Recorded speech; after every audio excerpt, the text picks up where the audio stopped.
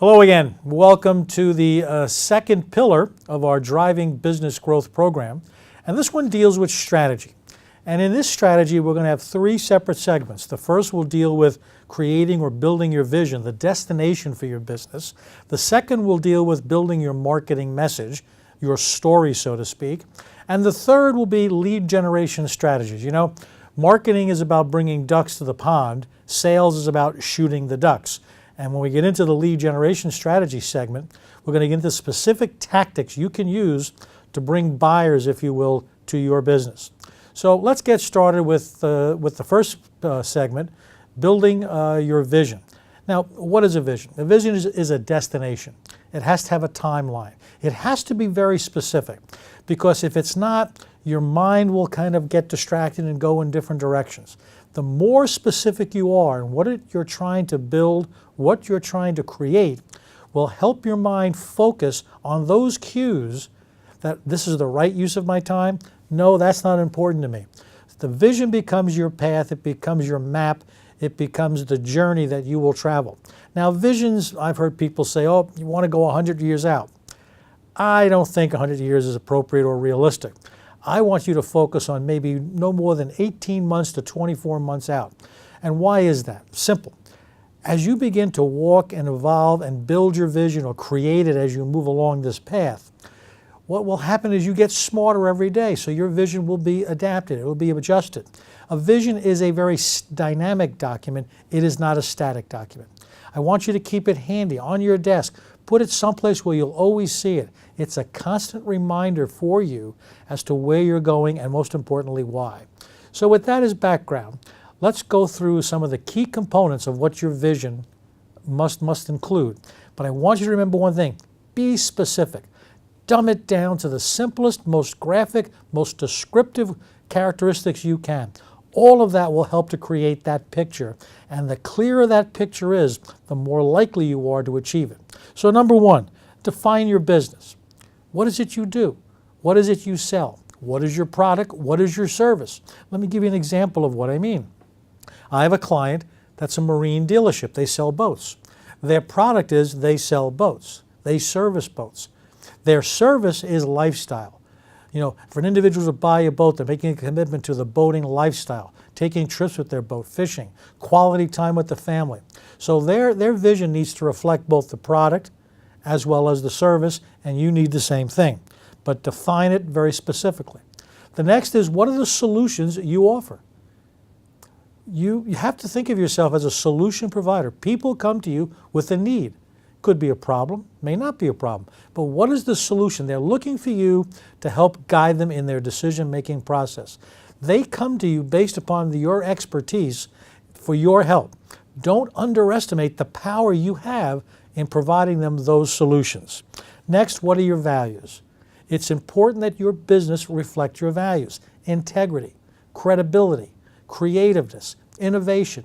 Once you know your values, they need to be reflected in your vision in terms of how you conduct your business, and equally important, they need to be reflected in how you select and train your employees, because their performance is an extension of you and your values. Next, why should I buy from you? Give me a good reason why I should buy from you. Now here's a little hint of how you can determine that. I'd like you to maybe call 6 or 8 of your best customers, and I want you to ask them 2 questions. The first question is, what about me, what about my business made you buy from me the first time? Why not get input directly from your customer? Find out what attracted people to you. The second question is, why do you come back and continue to buy more?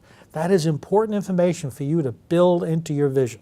Now, if you get very favorable responses to those 2 questions, and I'm sure you will, I want you to sneak in a third question. Do you know anyone else who could benefit from what I do for you? There's nothing wrong with constantly asking for referrals. Think about it. If your customers are happy, why wouldn't they want to tell someone else about you? After that, define what the client results are. People who buy from us experience this. The clearer you are in that, the more likely you're going to be able to describe that in your marketing message, which we're going to get into in the next segment. Next is your ideal client. Chris, I'll sell to anybody who can buy, that they'll buy from me. No, you don't want to do that. Because when you open that barn door that wide, a lot of funky kind of things come through there. Customers who one day you're going to regret you ever had. Be clear as to who your buyer is. Because the clearer you are who the buyer is, the more likely you are to go find them in the right places, which helps you to control and wisely spend your available marketing dollars. Next is, what is your uniqueness? You know, we call this the USP, your unique selling proposition, or your demand selling idea, DSI. What about you is special, different from anyone else, that makes people want to buy from you? Think about it. Again, ask your clients those two questions again to get insights into what makes you special, what makes you unique. Why did you buy from me? What about me made you want to purchase my product? And why do you keep coming back? After that, I want you to define your role in the business. If you're a startup, you're going to be doing many things. You're wearing many hats. But 2 years down the road, what do you want to be doing in your business? Do you want to be knee-deep still in the nitty-gritty of the business? Or do you want to start to back out into the more strategic aspects, doing more lead generation, more rainmaking, if you will, in terms of new customers? Define that role so you have a target as to where your time will go. Next, it's called a microscript, your story bite.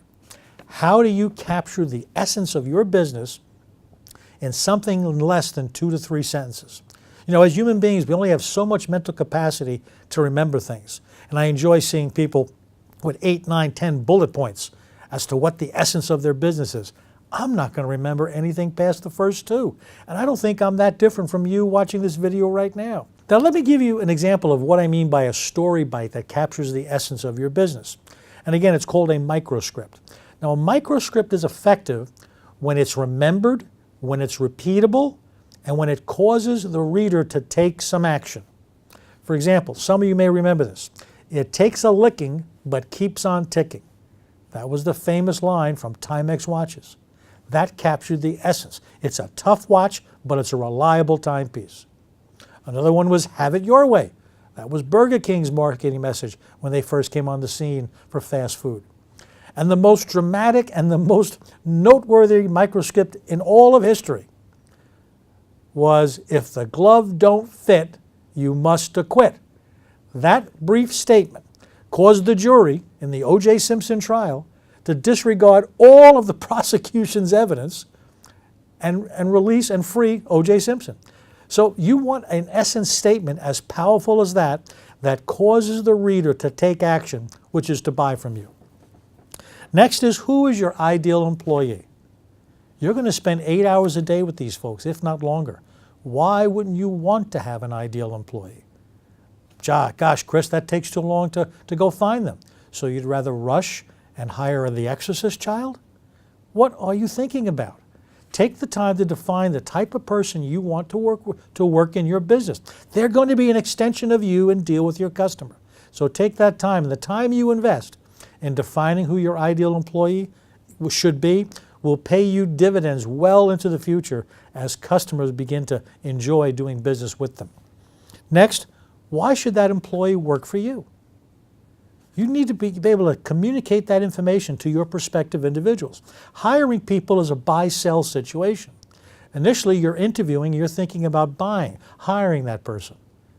Then at some point, if you find the person who's ideal for you, you want to sell them on the benefits of working with you. So think about that and include that in your vision so that it becomes a way, it becomes a culture, it becomes just the way and the norms of how your business operates. Next, as the leader, you need to set expectations for your team in terms of performance, in terms of how you want to interact with your customers. If you don't set these expectations at the front end and reinforce them periodically by providing, constructive feedback, guess what? Your team will create and set their own expectations, and I guarantee you they're not going to be the expectations you want or that'll be good for your business. And finally, your future reputation. How do you want people to describe you down the road? And the key there is to live that way now. Run your business that way now. If you want to be known as an intelligent product expert, start to act that way now. You'll grow and develop those skills, but let's deal with what you want people to say about you in the future.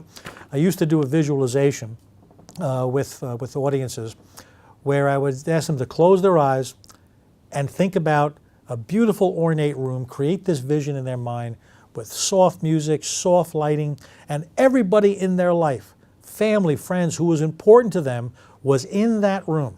And they were all smiling and having a good time, and they were talking about you. And at the front of the room, there was a beautiful display with a beautiful ornate box. And in that box was you. It was your casket. It was your funeral. And all of your friends were gathering there to pay respects to you and your family. And they were talking about all of the fond memories they had of you. So think about what you want people to say about your business in the future and start to act that way now. You can create your future. It's not out there in a foggy little box. You can create it now, and that needs to be captured in your vision. So here's what I want you to do. I want you to take an hour by yourself, go someplace, get out of your place of business. And the first thing I want you to do is take out a blank sheet of paper, and I want you to create an outline right on the top. Outline for the vision of my business. And then I want you to list down all of the things we've talked about here and begin to add some initial sentences. I want you to go with your gut reaction. Take an hour, no more than 90 minutes, but just take a good quality hour to 90 minutes and begin to fill in that information. Create that outline for that vision. Look at it. Think about it. Put it away, take it out the next day, and say, yeah, this is it, or no, I've got to tweak it here or tweak it there. And then begin to, over a series of maybe 3-4 separate hours, begin to fill in the blanks. Put the meat on the bones for your vision. And if you'd like, you can send it to me. I'd be happy to review it for you and provide some critiquing. But now is the time to build your vision. You could have done it when you first started your business, but there's no time limit. You can do it anytime you want. But build it out for 2 years. It's exciting. It's great to build your future. So why shouldn't you enjoy it?